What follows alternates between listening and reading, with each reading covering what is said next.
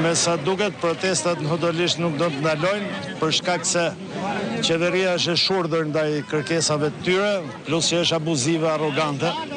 Siç e shikoni edhe vetë, pjesa më e madhe e protestuesve janë fëmijë të familjeve që ju preken direkt interesat, po kjo lloj qeverie nuk ka as shpirt, as zemër, nuk njeh njerëzillik, njeh vetëm abuzimin dhe arrogancën. Të gjitha indikacionet të çojnë që këta po shtyjnë ditët deri në ditën e votimit, pastaj do të vinë këtu jo me këta policë që janë sot, po do të vinë siç e mbani mend me ata që hidhin gaz lotësiellës në Unazën e Tiranës. E mbani mend që hodhën gaz lotësiellës në shtëpitë ku kishte fëmijë të vegjël brenda në shtëpi. Janë po të njëjtët, janë po aq arrogant, i kanë ndaluar shumë pak dita e zgjedhjeve, sepse këtu do të ishte batërdia nëse s'do ishin para një procesi zgjedhor. Këta shpresojnë që do ta kalojnë datën 11 maj, po ta harrojnë datën 11 maj, do të dorëzojnë letrat dhe banorët e Hodolishtit nuk do kenë nevojë më as të përplasen me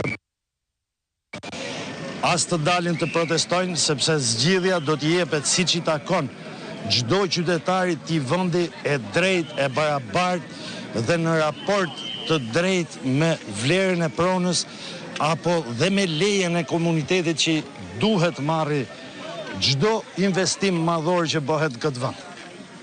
Kjo është një rrugë, është katastrofike.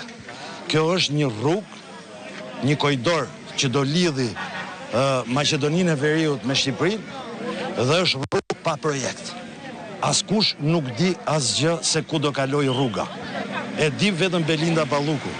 Dhe sot gjithë ta fëmijë që janë këtej, gjithë ta fëmijë që janë këtë protest, që dhunohen, që shtyhen me dhunë, këto femra, mosha të reja nga 18 vjeç, që është absolutisht e ndaluar t'i prek me dorë policia, siç e evidentoni dhe vetë, janë viktima të dhunës shtetërore. Por këta të shpresin se hodolishtarët do të ndalojnë. Hodolishtarët me modelin e tyre, ku shkelet e drejta reagojnë. Dhe për drejtën e tyre do kenë gjithë mbështetjen për t'ja dalë me sukses. I bëj thirrje gjithë qytetarëve të vendit. Sot është radha jonë për të na prishur shtëpitë, mos trini indiferent se nesër do e kenë shtëpinë e tyre. Ju falenderoj. Sot u pati një takim me protestuesët e ARSH-s me disa prej banorëve të Hodolishtit që në fakt nuk kishin lidhje me protestuesit, të cilët preken në fakt dhe nga projekti.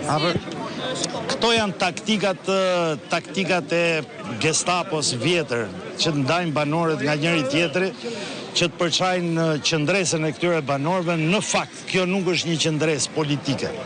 Kjo është një qëndresë 100% me kritere ekonomike. Ti po shkatron një fshat me vlera historike, është një fshat me vit verdh. Nuk lejohet të hysh në një fshat me vit verdh kur ti ke 3-4 variante tjera për ta devijuar rrugën nga kjo. Ke variante për ta bërë me tunel, ke variante për ta bërë në shtratin e Lumit, ke zgjidhje pafund. Ç'është kjo dëshira e madhe për ta shkatruar mënyrën e jetesës të fshati ashtu siç e njohin deri sot. Përveç arrogancës zhburim ka. Nuk e shpjegoj dot.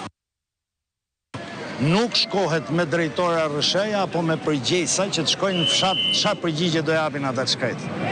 Janë mashtrimi i radhës. Erdhi dhe kryetari i bashkisë para disa ditësh për faqe të zezë të vet. Detyrohet njeriu për interesa politike të gënjejë mes fshatit bëhet i paci. Para 6 muajsh erdhin mes fshatit, i dham gjithë besimin, si banor të zonës, i tham interesohet ti për këtë problem, na trego projektin dhe cilat janë shtëpitë që preken ose jo. Vjen mas 6 muajsh me urdhër nga gjëser e vet. Bashkë me të dhe një ministre kalamajsh që nuk është kompetente për rrugës. Po aq kompetent janë dhe 2 inxhinierë të ARSH-s. Për shkak punës që kanë, i detyrojnë shkoni përçani pak fshatin, jo do e bëjmë kështu. Nuk janë zgjidhje. Zgjidhje është një vendim i ARSH-s.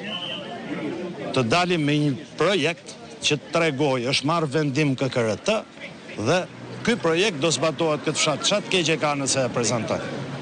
Kanë edhe gjithë drejtën e Zotit dhe të mburren me projektin e vet. Pse se bëjnë?